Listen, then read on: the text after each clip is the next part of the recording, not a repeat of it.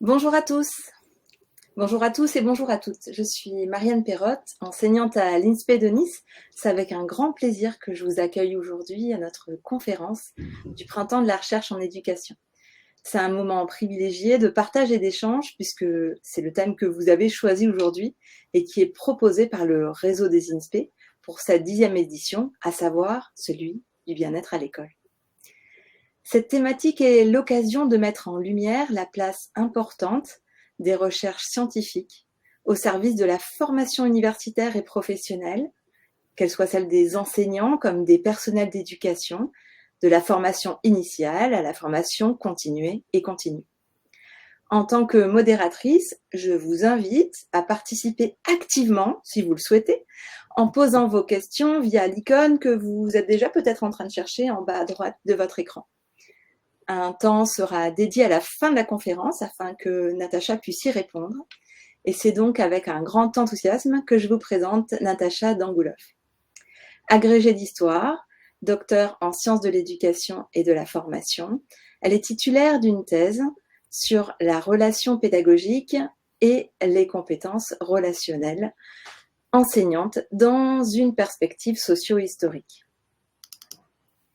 Aujourd'hui formatrice académique, elle coordonne l'équipe de formateurs pédagogie et apprentissage de l'Académie de Versailles et elle est également présidente de l'A2FE, qui est l'Association française des formateurs d'enseignants, une association professionnelle mettant en réseau les formateurs intervenant en formation initiale et en formation continue des enseignants.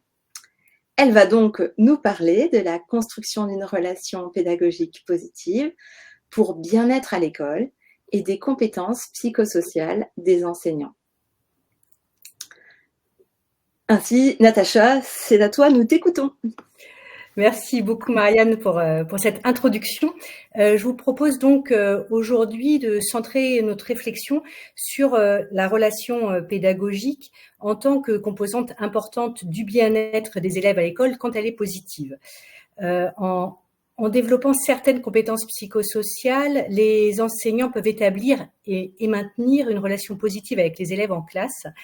Et pour cela, ils ont besoin que soient clarifiées les compétences psychosociales qui permettent de favoriser des relations positives avec les élèves et d'abord de prendre conscience de l'évolution socio-historique forte dans les compétences demandées aux enseignants.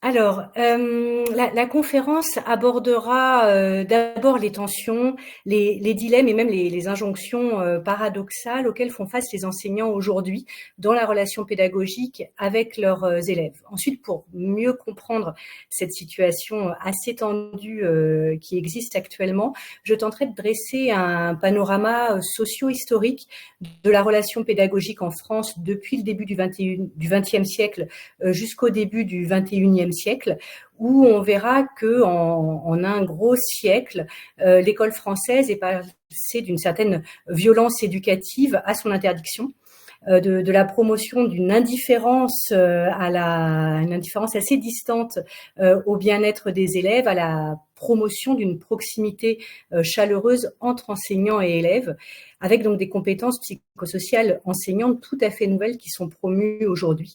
Et ces compétences psychosociales demandent des dispositifs de formation particuliers, avec à la fois une clarification conceptuelle à l'intérieur de ces dispositifs, mais aussi un apprentissage expérientiel qui utilise de manière privilégiée des modalités de simulation comme le jeu de rôle ou le théâtre forum que je vous présenterai pour finir. Alors, 45 minutes donc de présentation avec ce plan, en commençant d'abord donc sur cette situation assez tendue dans la relation pédagogique et les compétences psychosociales demandées aux enseignants, avec d'abord une précision dans la proposition de définition que je vous propose de la relation pédagogique, c'est que sur cette intervention de 45 minutes avec un temps de questions, moi je me centre sur la relation pédagogique au collège.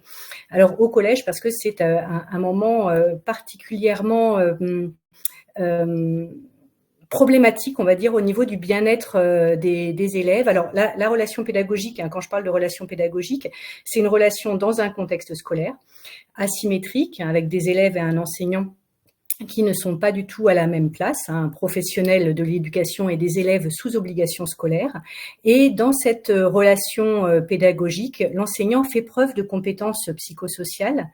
Je vous les présente déjà dès le début et puis on y reviendra, mais c'est les compétences psychosociales. Alors là, vous voyez les trois principales familles des compétences psychosociales. Si vous avez eu l'occasion d'entendre Rebecca Shankland hier, elle vous les a présentées aussi de manière plus précise que moi. Là, moi, je vais cibler vraiment sur les compétences psychosociales demandées aux enseignants dans leur pratique pédagogique en classe. Et ces compétences psychosociales, elles permettent à la fois d'apporter un soutien nécessaire aux apprentissages des élèves et à la fois, elles sont des exemples aussi utiles au développement des compétences psychosociales chez les élèves. Donc, compétences cognitives, d'abord de maîtrise de soi et de prise de décision constructive, avec une prise de décision vraiment à la minute, voire à la seconde, qui est très particulière du métier d'enseignant. Des compétences émotionnelles, hein, de l'ordre de la régulation émotionnelle et de la gestion du stress. Aujourd'hui, j'ai vu tout à l'heure qu'est sorti le baromètre École Huma sur le niveau de santé mentale des élèves et des enseignants, en indiquant qu'il y avait un enseignant sur deux qui reconnaissait un stress très important et une certaine insécurité émotionnelle. Donc, on pourra en parler à cette occasion. Et puis des compétences sociales aussi, de communication empathique, donc écoute empathique et communication efficace, et de gestion de conflits également. Alors, je voudrais insister pour cette première partie sur la relation pédagogique au collège, pour dire pourquoi c'est compliqué cette question des compétences psychosociales aujourd'hui. D'abord, c'est compliqué parce que on est dans une situation encore jamais testée à l'échelle de l'humanité de massification scolaire, où le projet est de mettre tous les enfants à l'école, au collège, voire même au lycée. Si je rappelle juste quelques dates sur la scolarisation pour voir bien le défi éducatif que nous affrontons en tant qu'enseignants aujourd'hui. Donc, instruction obligatoire, voilà, à la fin du 19e siècle jusqu'à 12 ans. 1938, on passe à 14 ans. Après-guerre, au début des années 60, l'instruction obligatoire va jusqu'à 16 ans, donc englobe l'âge du collège qui nous intéresse aujourd'hui. Et puis, dans les années 70, donc une réforme du collège qui aboutit en 1975 au collège unique, avec un bond des effectifs absolument jamais vu dans l'histoire, avec vraiment énormément d'enfants en plus à scolariser, ce qui amène à ces chiffres que, voilà, juste pour avoir une petite idée sur l'âge des adolescents au collège, en 1950, il y a 50% des enfants de 14 ans qui sont scolarisés. Ça veut dire qu'il y a 50% des enfants de 14 ans qui travaillent. Ils ne font pas rien, évidemment, dans les années 1950, mais ils sont au travail, ils gagnent un salaire voilà, pour la moitié d'entre eux. Donc, imaginez déjà les classes de collège de 14 ans. Voilà, il y a la moitié des enfants qui ne sont pas là, qui ne sont pas présents. En 2020, on est à 99,4% des enfants de 14 ans qui sont scolarisés. Donc, on peut parler vraiment d'une énorme majorité, voire de tous les enfants en France qui sont scolarisés au collège. En 1950, encore si on monte à 16 ans, donc fin du collège, début du lycée, environ troisième seconde. En 1950, on a 10% des enfants de 16 ans qui sont scolarisés. Ce qui veut dire assez rapidement qu'il y a 90% des adolescents, si on peut dire, de 16 ans qui ne sont pas du tout en situation scolaire. Ils sont, pour leur énorme majorité d'entre eux, en train de travailler. Ils ont fini depuis longtemps leurs études, donc ils ne sont pas en classe en 1950. En 2020, on est passé maintenant à 96% des enfants des adolescents de 16 ans qui sont sur les bancs de l'école. Donc on a une situation quand même très nouvelle qui implique une relation pédagogique forcément différente quand vous avez une classe avec seulement 10% d'une classe d'âge qui est présente. Ça ne fait pas du tout la même relation que quand vous avez tous les enfants qui sont dans la classe, qui sont scolarisés. Donc un premier défi, on va dire, une massification scolaire avec tous les enfants en âge scolaire jusqu'à 16 ans, 18 ans. Maintenant, l'obligation de formation est poussée jusqu'à 18 ans, avec une première tension qui est que par contre les programmes et la forme scolaire n'a pas tant évolué que ça par rapport à l'époque des années 1950 où il y avait une minorité seulement d'élèves qui allaient jusqu'à la fin du collège. Donc le collège, on a une situation de vie en collectivité, ce qui est déjà un peu aussi particulier, c'est-à-dire un apprentissage qui est en permanence collectif, dans des classes qui vont entre 25 à 35 au lycée maintenant. Donc une vie en collectivité avec un nombre de contraintes qui est important à cet âge-là et puis finalement qu'on reverra assez peu ensuite, c'est-à-dire pas de choix de l'emploi du temps évidemment en tant qu'élève, pas très très peu de choix de matière dans notre système, pas le choix des camarades avec qui on est, ni des enseignants, ni à l'intérieur de l'heure de cours, il n'y a pas forcément beaucoup de choix non plus à établir, donc une situation de fortes contraintes avec peu d'évolution de la forme scolaire depuis celle du XXe siècle, c'est-à-dire qu'on est encore sur 55 minutes, 1 heure, parfois un petit peu plus, mais globalement on est sur 1 heure de cours avec un enseignant et une classe. Et puis une succession comme ça d'heures de cours assez rapidement. Et puis des programmes qui ont aussi connu très peu d'évolution par rapport à ceux qui étaient proposés donc à une minorité de la population avant les années 1970, et des programmes qui ont plutôt été amplifiés, c'est-à-dire augmentés avec de nouvelles matières, mais avec peu de réduction dans les exigences. Donc des programmes extrêmement exigeants intellectuellement, qui sont offerts donc à absolument toute la population française de l'âge du collège. Donc on a déjà une première contrainte possible, c'est-à-dire avec ce côté, une forme scolaire qui a peu bougé et des programmes extrêmement exigeants. Et une diversité croissante dans les classes.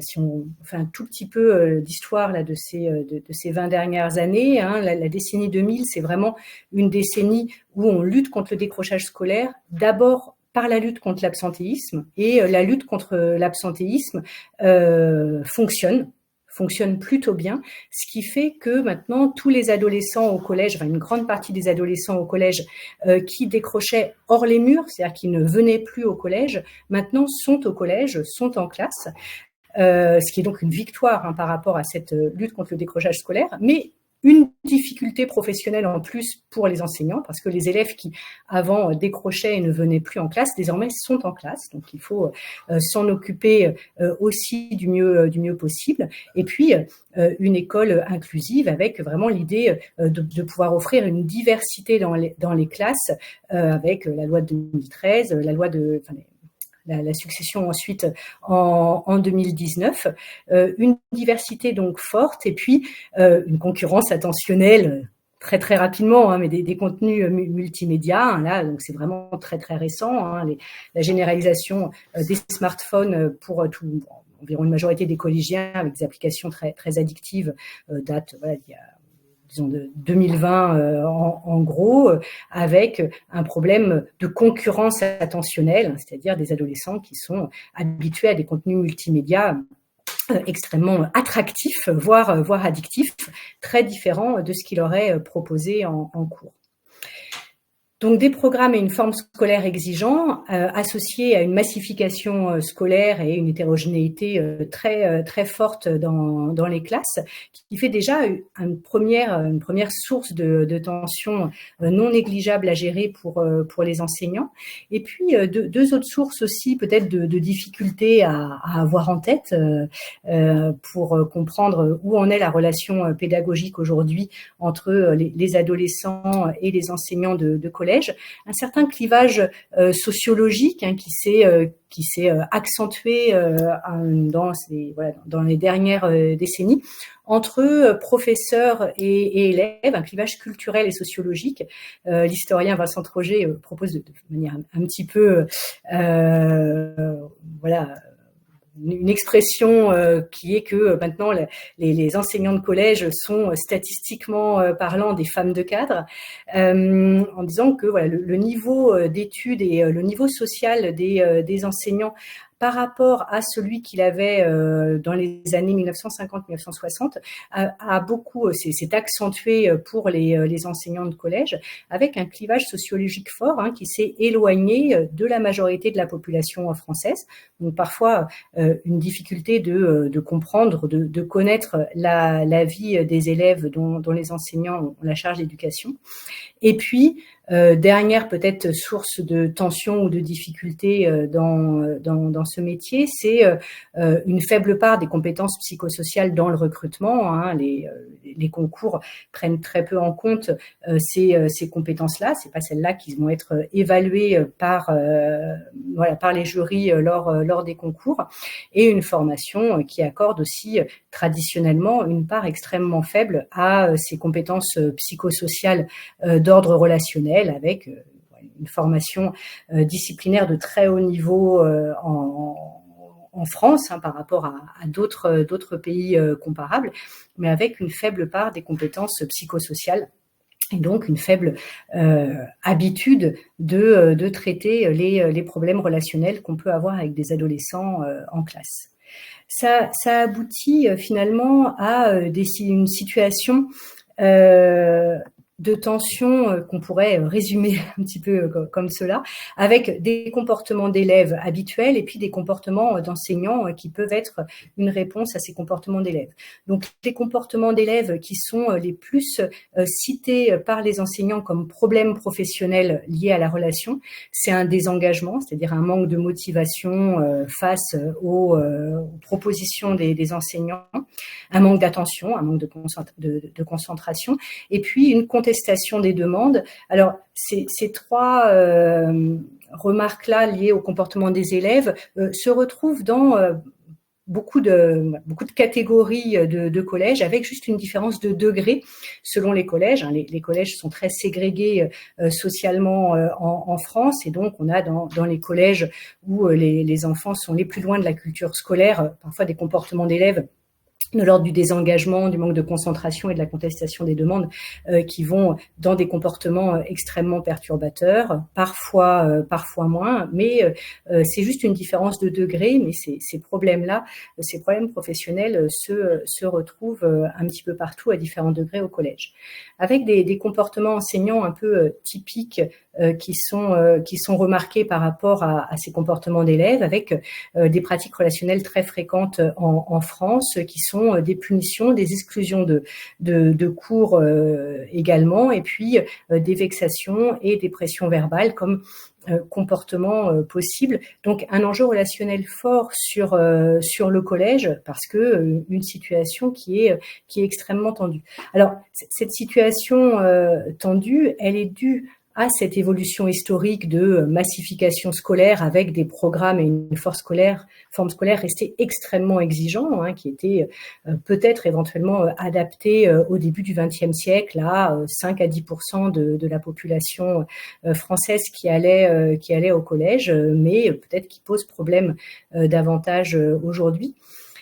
Ces tensions aussi, elles sont dues à un héritage d'une culture scolaire qui est une culture française assez particulière, d'une distance instaurée entre l'enseignant et l'élève.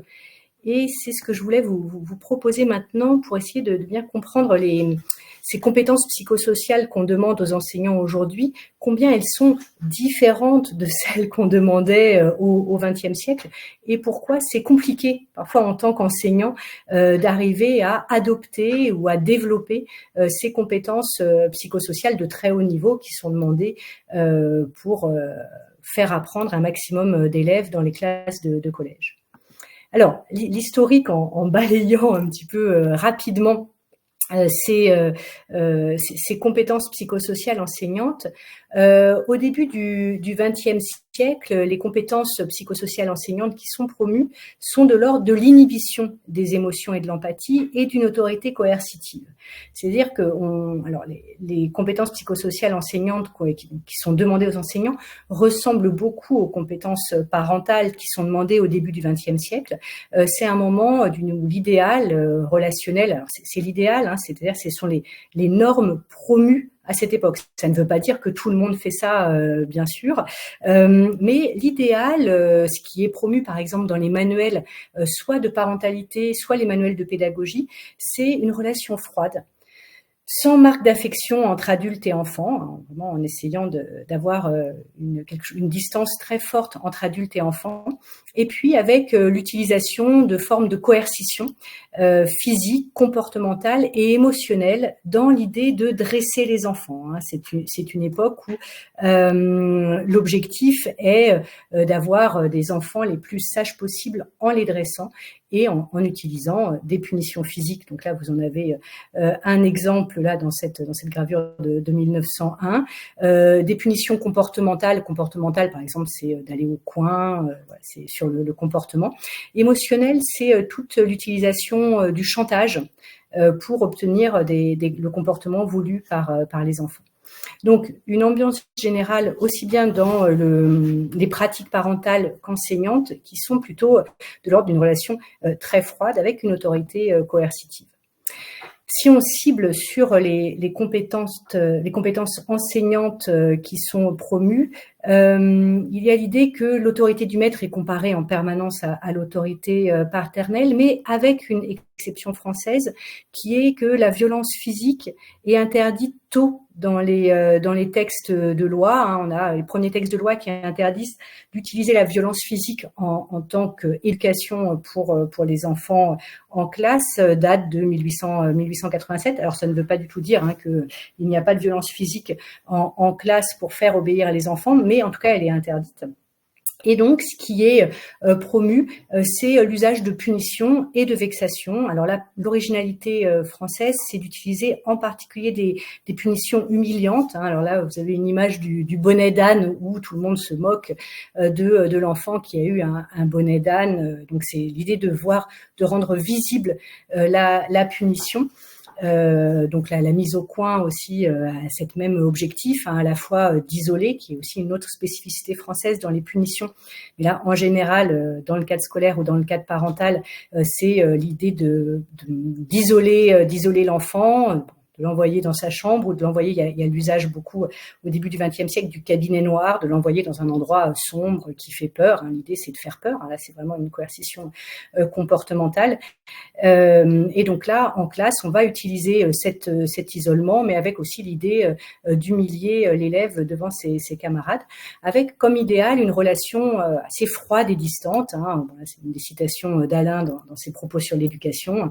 Selon moi, le bon maître est assez indifférent, il veut l'être, il s'exerce à l'être.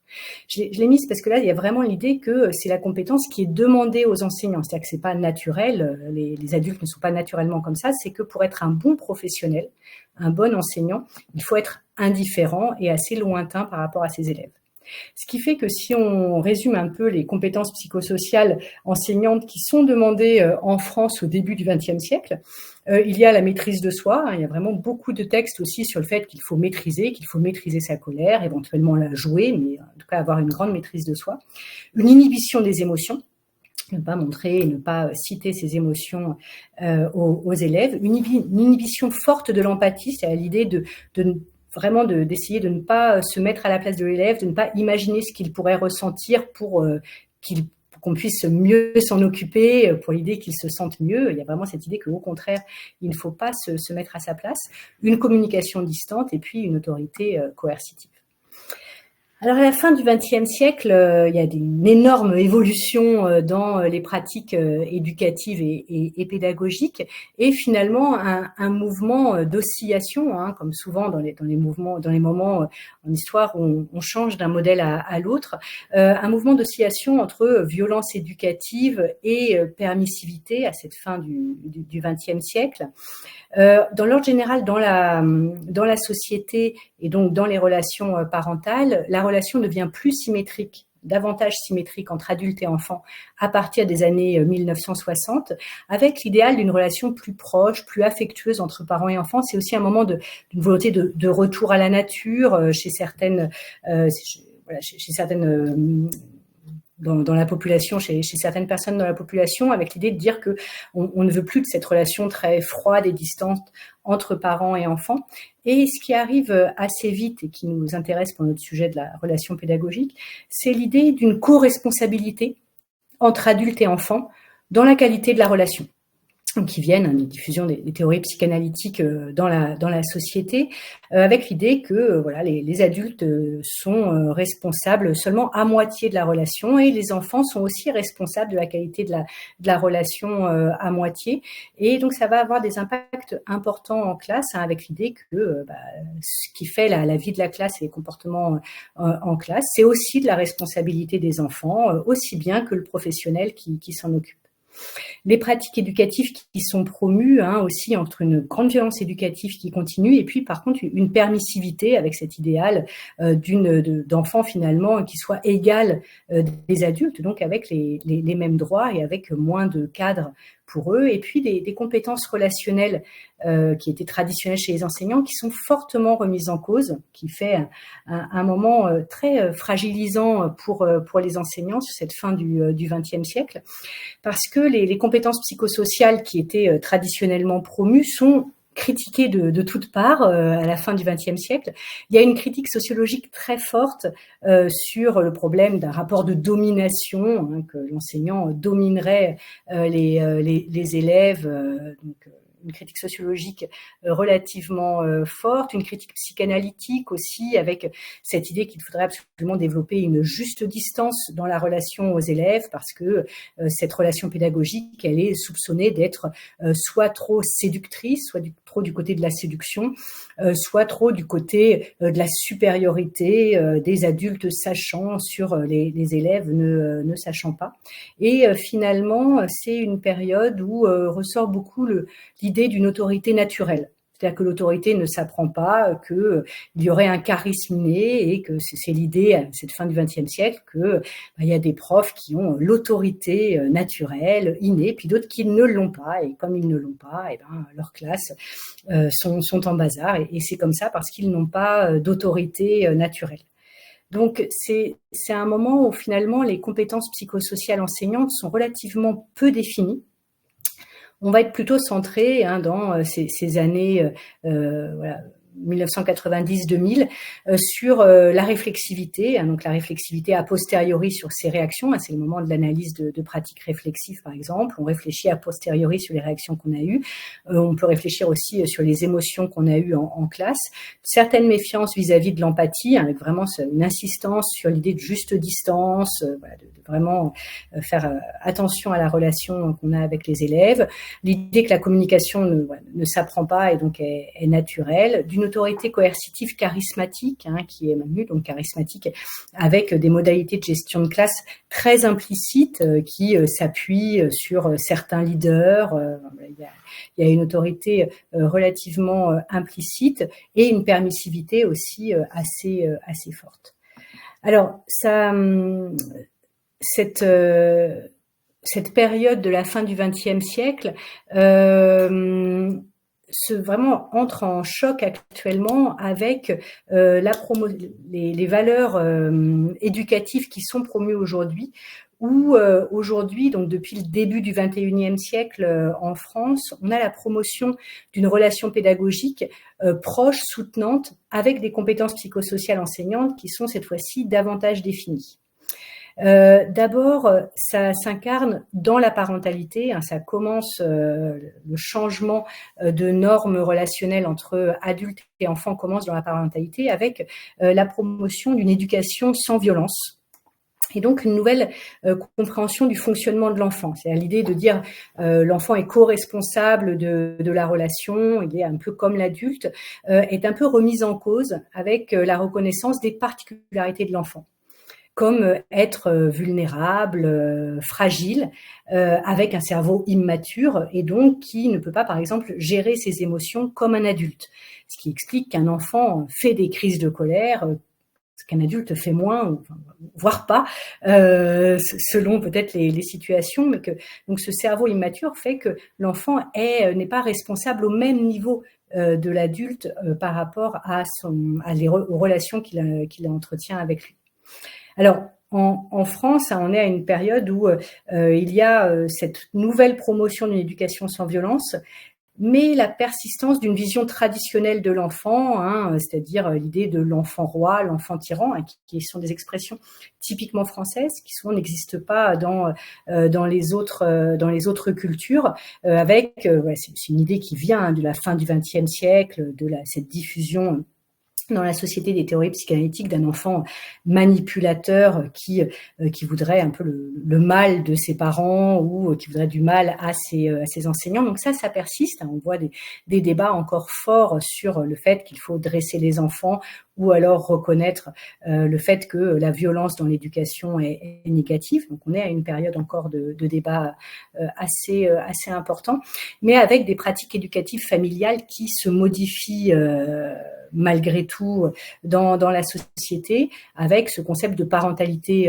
positive où on insiste sur les conséquences négatives de la violence éducative ordinaire sur le développement de l'enfant, et une insistance aussi importante sur le rôle fondamental des adultes qui éduquent l'enfant, en disant qu'ils sont très responsables du comportement de l'enfant par leur éducation et qu'ils peuvent agir sur lui par leur éducation. Donc une remise en valeur du rôle fondamental des adultes et de leur importance par rapport au bien-être de l'enfant. Et donc des compétences relationnelles dans la parentalité positive qui sont beaucoup plus définies, avec en particulier beaucoup de livres qui sont sortis ces dernières années sur ce sujet-là. Ce qui fait que dans le contexte enseignant, ça a un impact fort, hein, parce qu'en permanence, vous voyez, depuis le début du XXe siècle, les compétences parentales qui sont promues sont en lien avec les compétences enseignantes qui sont promues également. Donc, qu'est-ce qui est promu aujourd'hui comme type de relation pédagogique qui permet de soutenir le bien-être des élèves? C'est une relation pédagogique où l'enseignant fait preuve de compétences émotionnelles, fait preuve de compétences sociales et en particulier une insistance sur la possibilité de comprendre empathiquement les réactions des élèves, donc de mieux pouvoir anticiper leurs réactions et puis de pouvoir les anticiper et les connaître par rapport à leur âge. Des communications aussi entre professeurs et élèves qui sont différentes, et puis une gestion des comportements de manière plus explicite, hein, en essayant de limiter un maximum le type d'autorité charismatique qui était en œuvre plutôt au XXe siècle. On a donc des prescriptions ambitieuses aujourd'hui sur les compétences psychosociales enseignantes qui sont visibles dans les différents textes de loi en cours aujourd'hui. Le référentiel de compétences de l'enseignant qui date de 2013 demande une éthique assez exigeante aux enseignants, de respect de l'enfant, de respect de sa famille.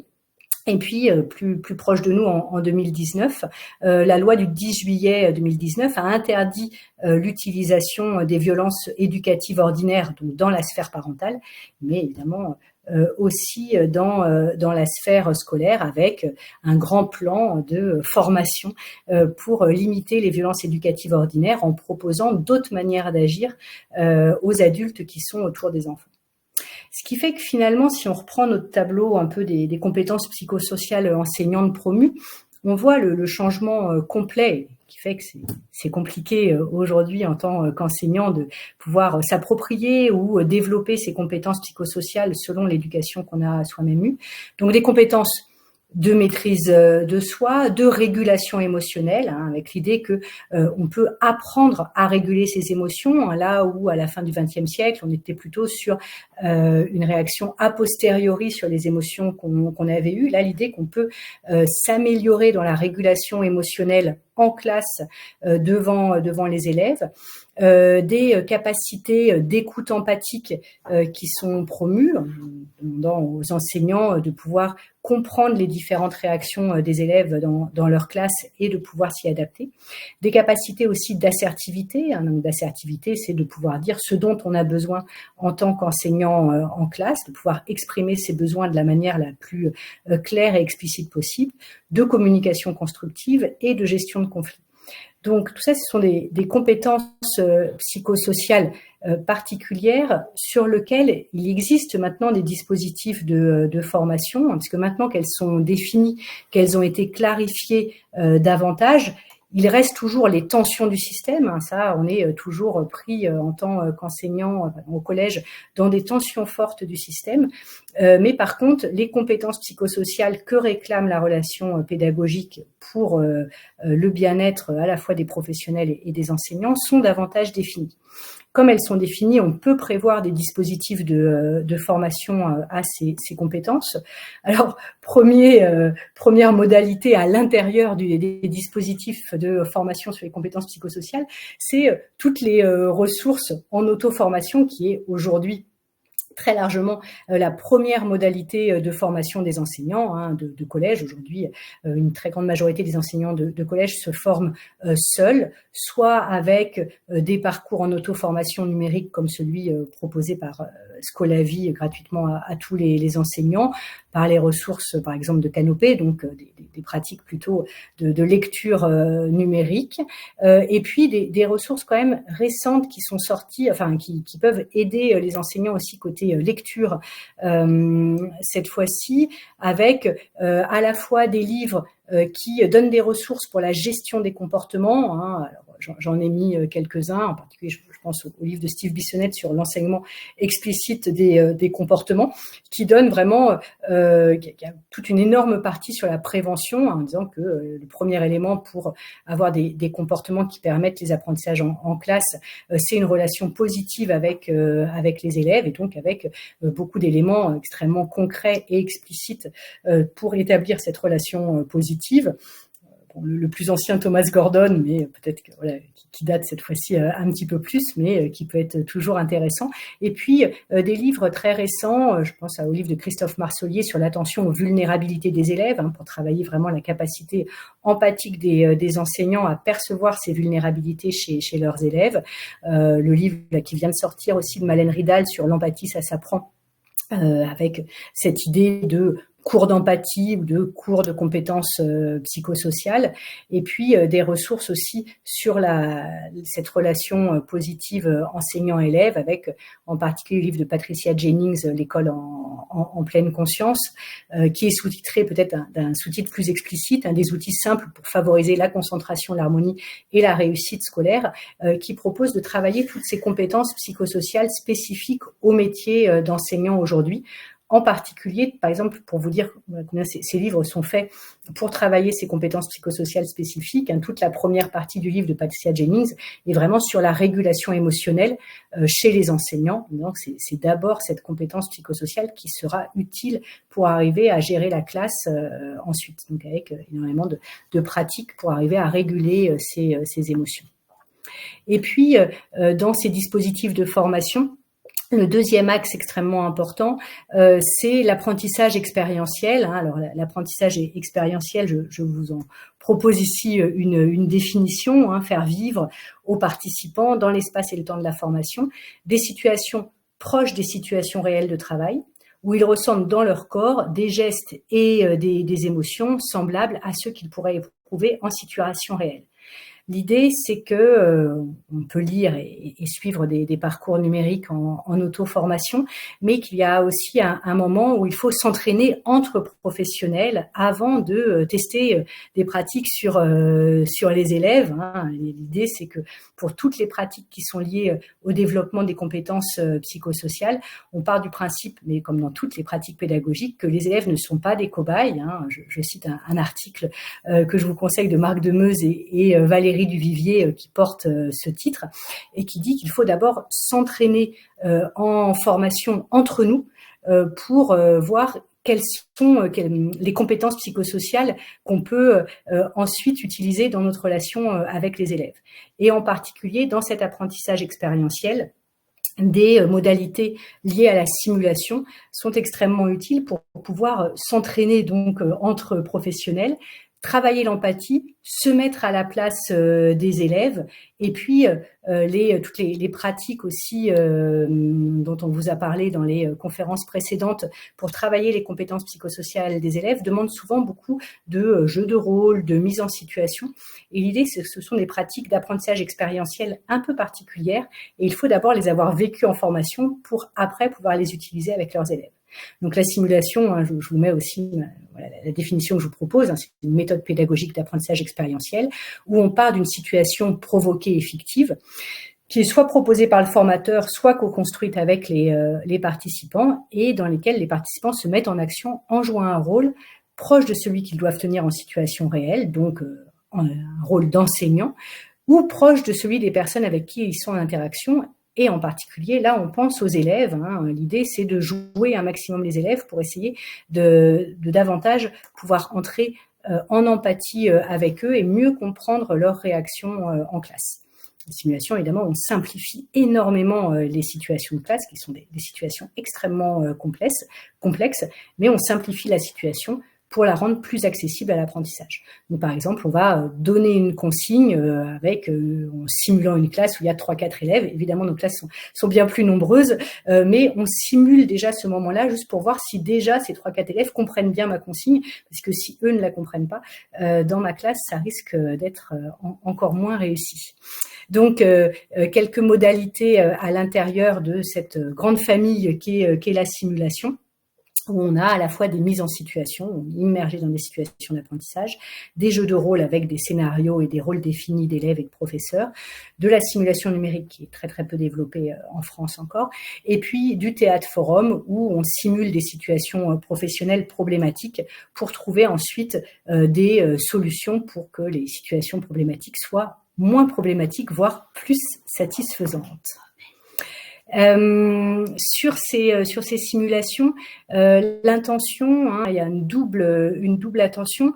L'idée, c'est quand on est sur le développement de compétences psychosociales professionnelles enseignantes, on a besoin donc de susciter un changement, donc d'agir sur les émotions pour susciter un changement en classe. C'est-à-dire qu'on est sur des réactions automatiques, il faut en prendre conscience, s'entraîner pour mettre d'autres types de réactions plutôt que les réactions automatiques qui sont souvent celles qu'on a connues en tant qu'enfant dans notre éducation.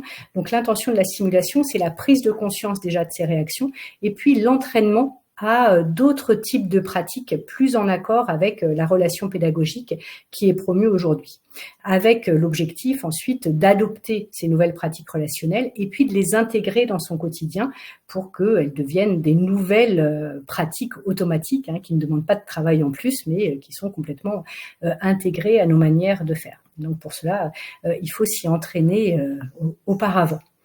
Alors ce que je voulais peut-être te dire en petite phrase de conclusion avant qu'on prenne un temps d'échange, parce que j'ai envie d'avoir vos réactions et puis peut-être vos questions à cette présentation. Peut-être en conclusion, rappeler que pourquoi on utilise la simulation aussi, c'est que l'être humain apprend par mimétisme. Donc à un moment, on a besoin de voir et puis de tester par nous-mêmes.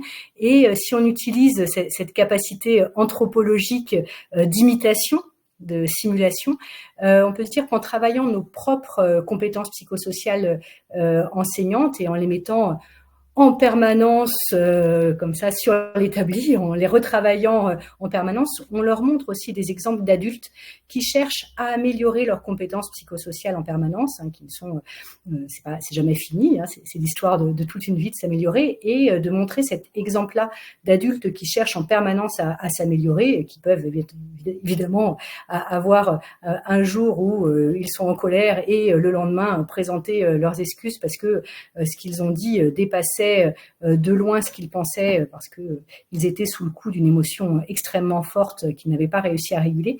C'est aussi montrer un exemple aux élèves de développement de nos propres compétences psychosociales. Donc voilà, je voulais juste conclure sur ça, peut-être avant,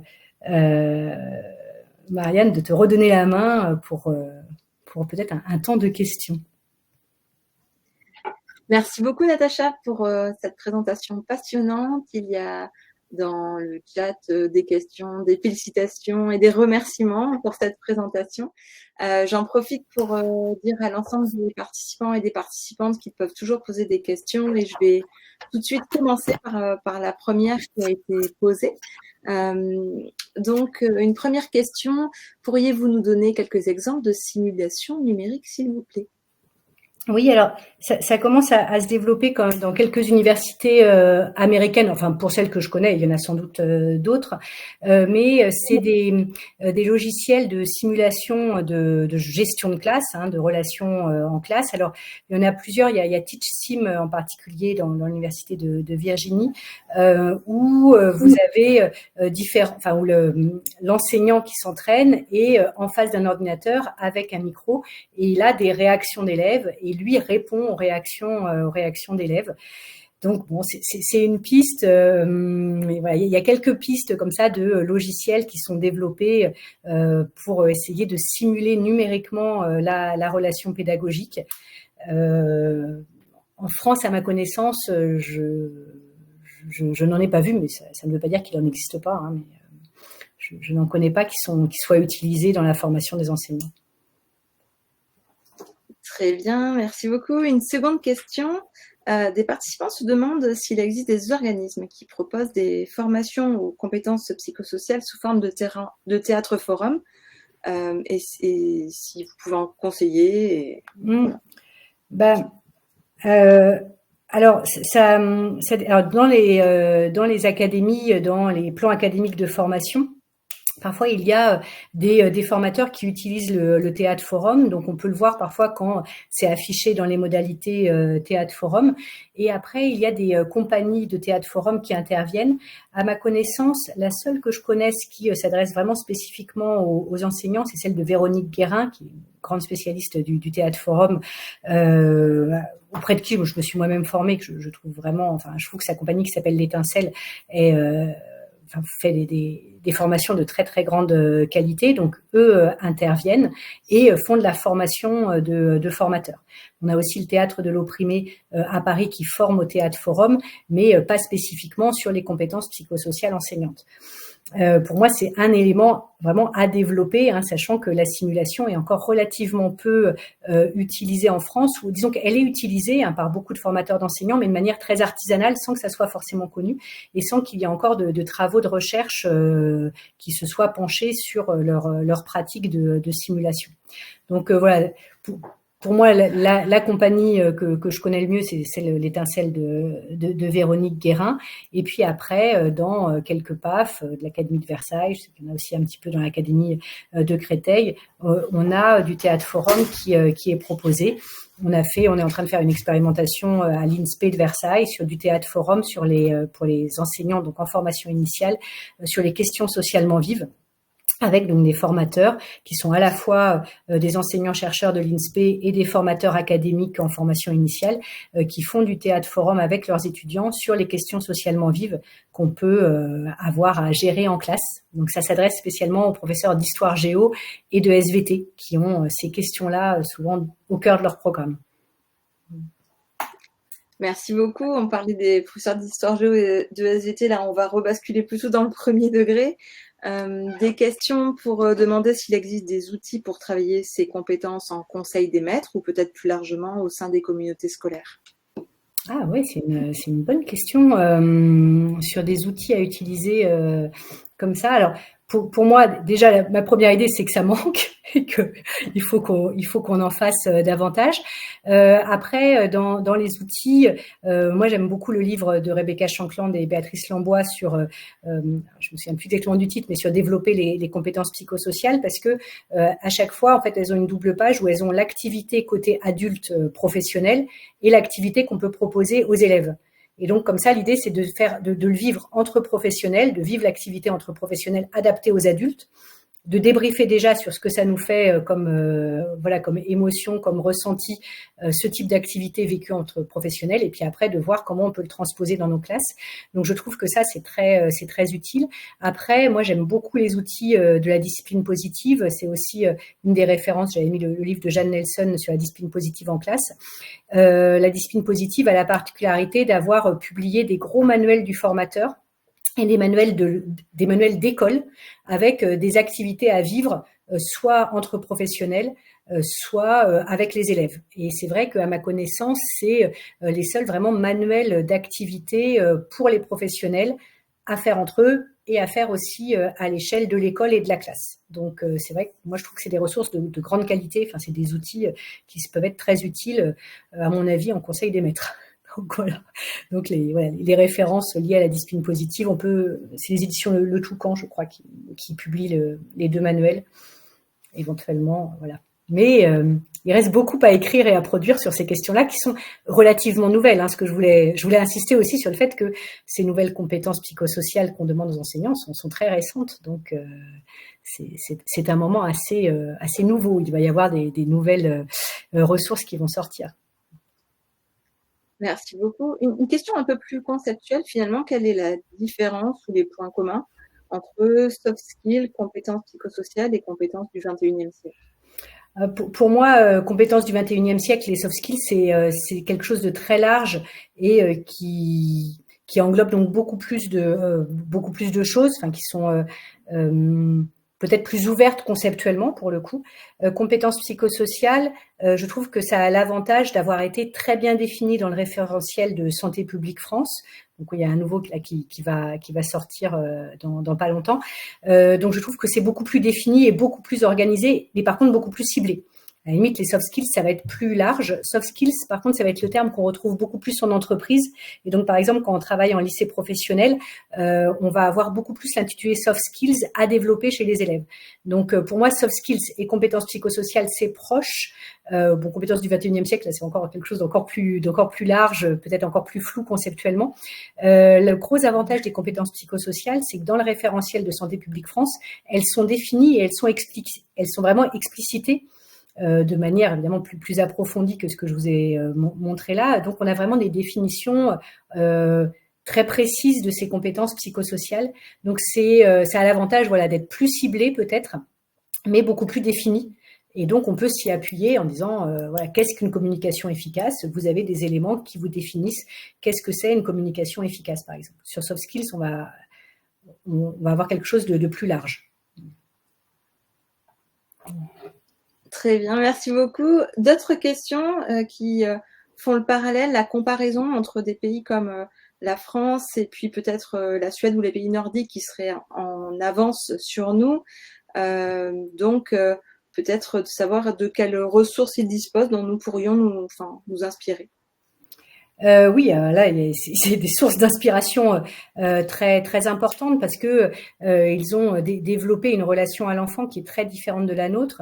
Sur la Suède, il y a tout le travail de Marion Quer que moi j'aime beaucoup. Elle a écrit Une enfance en or avec un jeu de mots sur en or et puis le nord sur la relation, enfin sur la différence entre l'éducation en Suède et l'éducation en France, où elle insiste beaucoup sur la différence de vision de l'éducation. Et je pense que c'est peut-être ça qu'on peut retenir, c'est l'idée que dans les pays scandinaves, il y a une vision que l'enfant ne fait pas exprès, qu'il n'embête pas exprès ses parents ou ses enseignants, et qu'il n'est pas manipulateur et pervers, enfin dans les termes qu'on pouvait retrouver dans les ouvrages issus de théories psychanalytiques de la fin du XXe siècle. Et elle dit, par exemple, le terme d'enfant roi, elle fait une expérience assez rigolote où quand on tape sur Internet enfant roi, en suédois. Donc en France, enfant roi, on voit toutes ces enfants, toutes ces images d'enfants qui se mettent en colère, qui ont une couronne, qui prennent le pouvoir sur les adultes. C'est vraiment une vision de la crainte de l'enfant par rapport. Enfin, les adultes ont peur que l'enfant prenne le pouvoir. Et si on tape enfant roi en Suède, on va tomber sur les enfants des différentes familles royales européennes, mais l'expression n'existe même pas en fait. Enfin, c'est l'enfant roi dans le sens où l'enfant qui vient d'une famille royale, mais il n'y a pas du tout cette idée que l'enfant pourrait prendre le pouvoir. Et il y a vraiment davantage la vision d'un enfant qu'il faut aider parce que son cerveau est immature et s'il se met en colère, s'il n'arrive pas à se tenir calme, c'est parce qu'il n'a pas du tout encore les mêmes compétences psychosociales que les adultes et que c'est complètement normal dans son développement. Et je trouve que c'est vraiment cette vision-là de l'enfant qui serait intéressant d'avoir en France. C'est vraiment pas du tout l'absence de cadre, hein. C'est au contraire l'idée de dire que l'adulte, c'est lui qui est responsable de la situation dans laquelle il met l'enfant. Et c'est à lui de se dire, ah, pour cet âge-là, qu'est-ce que je peux lui demander comme attention, qu'est-ce que je peux exiger de lui, comment je peux prévenir un maximum pour qu'il n'y ait pas de comportement perturbateur, par exemple, en classe.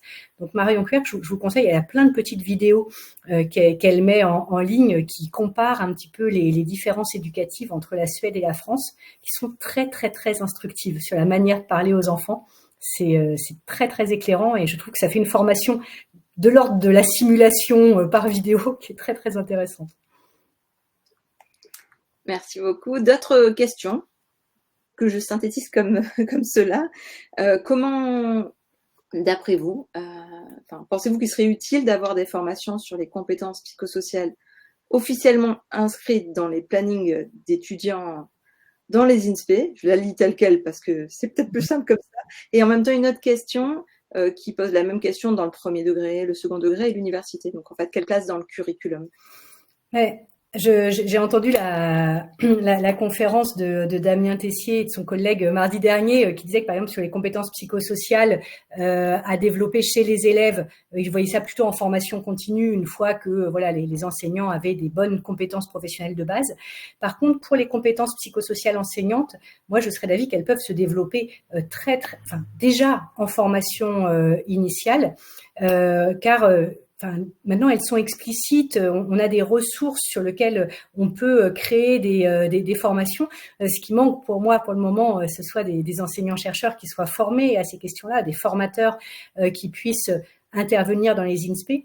Mais oui, l'idée, c'est vraiment de dire il n'y a pas de raison que les élèves soient les cobayes et que les élèves qui ont les enseignants débutants qui débutent là entre 0 et 5 ans d'expérience, que ces enseignants fassent leur expérience sur ces élèves-là et puis qu'après, ils aillent obtenir une mutation et que d'autres élèves bénéficient de l'expérience qu'ils ont acquise. L'idée, c'est que les élèves ne sont pas des cobayes et qu'on peut s'entraîner au type de relations pédagogiques qui est promu aujourd'hui, qu'on peut s'y entraîner en formation initiale avec vraiment des procédés de simulation. Alors de vidéo d'abord, quand je parle de dispositifs de formation, c'est qu'il y a d'abord des vidéos, par exemple d'abord de l'analyse de vidéos pour montrer le type de relations qu'on peut avoir avec les élèves, pour montrer la communication qu'on peut avoir, et puis après des séances de jeux de rôle, de théâtre forum pour s'entraîner.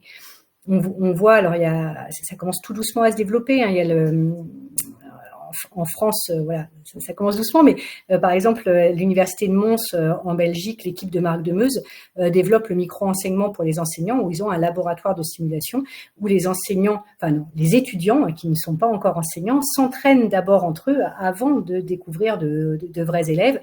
Et là, ils sont filmés, après ils se regardent, ils essayent de s'améliorer. Donc c'est vrai que je trouve que c'est des pistes très intéressantes, à mon avis, à développer dans les INSPE.